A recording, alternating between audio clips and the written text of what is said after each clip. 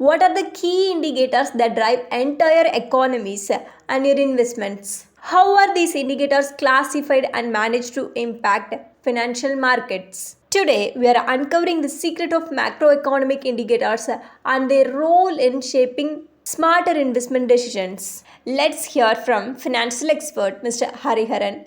Hariharan, over to you. So when we look at macro indicators, there are different categories of macroeconomic indicators.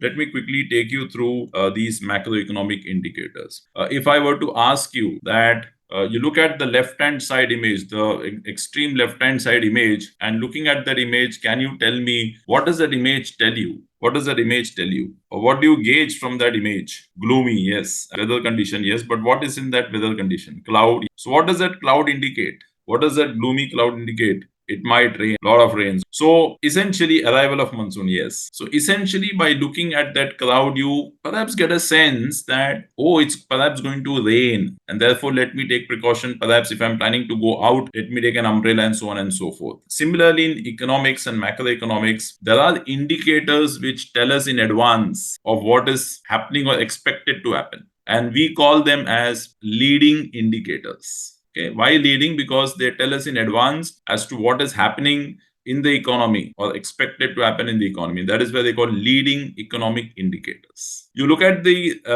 topmost right hand side, right image, topmost right hand side image, and what do you see there? What does the rightmost topmost, yeah, it's raining, right? So the leading indicator said it's perhaps going to rain, and there's this image which says that it's actually raining. Okay, and we call this, yes, poor visibility, raining currently, yes. And we call them as coincident indicators. What do I mean by coincident indicators? Something that is happening with the change in economy. Okay, something that's happening with the change in economy is coincident. So it is happening parallelly. And that is why it's called coincident indicator. And obviously, the third image, if you look at it, there is no rain, but you see a wet road. So it tells you that it had rained, and that is where the road is wet, isn't it? So these are the three different images, and all the three of them tell us different types of indicators. So this is called the lag indicator, because after the event is happened, we come to know about it, and that's why it's called lag indicator. So there's a leading economic indicator, there's a coincident economic indicator, and there is a lag economic indicator, right? Now, all of these are useful in a way to look at what is happening, to give a sense of what's happening in the economy. And therefore, there are certain investment decisions that you can take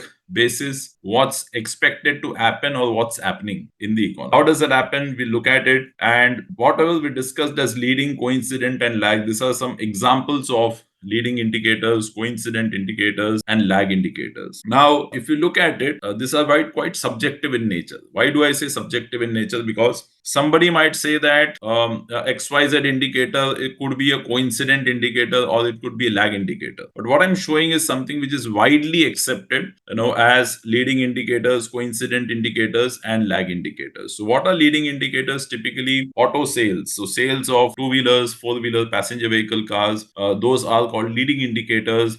We've got credit growth that's happening in the system that gives us an indication of how much credit offtake is happening. Are the banks giving out loans, which in a way tells us as to what is happening from a company perspective, investment perspective. What is the purchase managers index, which is again an indicator which is released every month for both manufacturing and services, and obviously the deposit growth. So all of these are typically considered to be leading indicators. What is coincident is something that's happening parallelly. So employment opportunities, FII, money inflow, outflow. So FI is bringing money today, getting it out tomorrow. All of that is happening on a real-time basis. As and when certain events pan out, those things also keep happening. Similarly, exchange rate also keeps happening. So it's quite dynamic in nature. That keeps happening with events, that are happening on the ground. So these are called coincident indicators. And certain indicators come with a definite lag in terms of time. So after that period is over, the results are declared. So those are lag indicators.